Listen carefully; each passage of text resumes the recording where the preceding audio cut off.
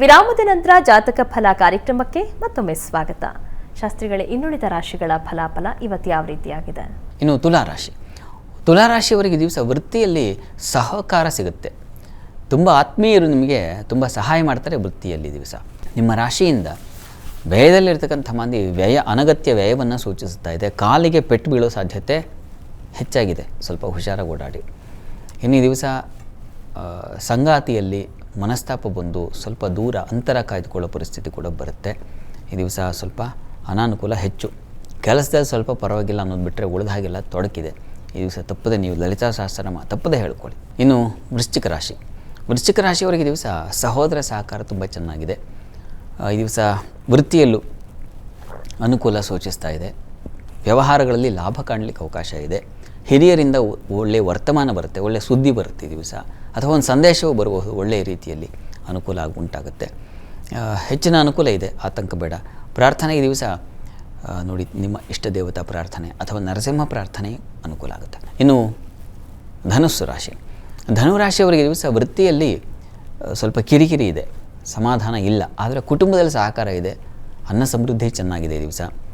ಸ್ತ್ರೀಯರಿಗೆ ಮನೆಯಲ್ಲಿ ಒಳ್ಳೆಯ ಗೌರವ, ಉತ್ತಮ ವಾತಾವರಣ ಚೆನ್ನಾಗಿರ್ತದೆ.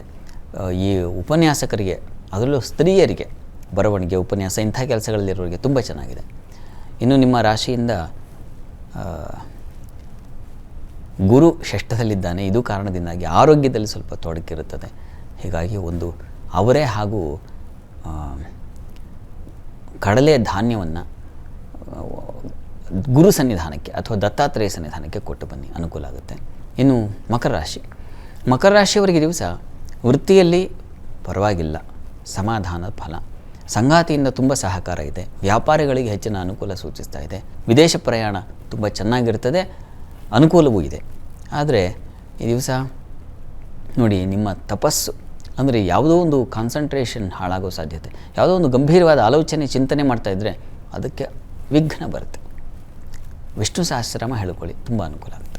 ಇನ್ನು ಕುಂಭರಾಶಿಯವರಿಗೆ ದಿವಸ ಆಪ್ತರಿಗಾಗಿ ಹೆಚ್ಚಿನ ವ್ಯಯ.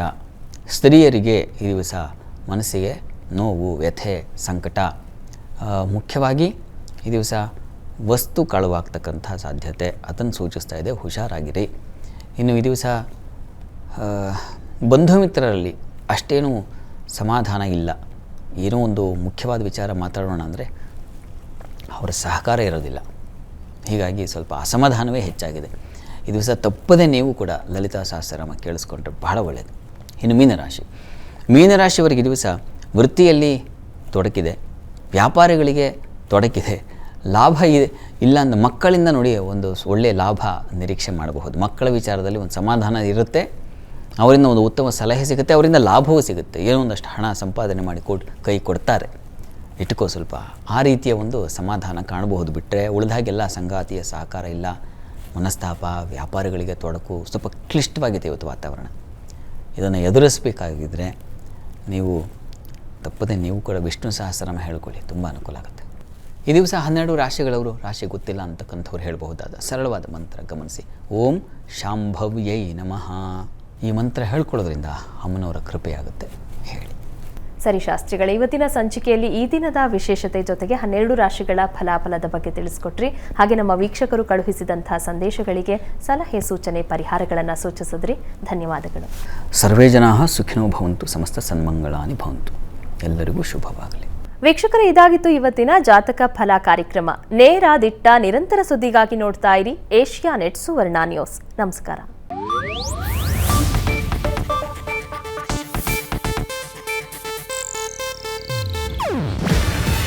ಇದು ಏಷ್ಯಾನೆಟ್ ನ್ಯೂಸ್ ನೆಟ್ವರ್ಕ್ ಪ್ರಸ್ತುತಿ. ನೀವು ನೋಡ್ತಿದ್ದೀರಾ ಏಷ್ಯಾನೆಟ್ ಸುವರ್ಣ ನ್ಯೂಸ್.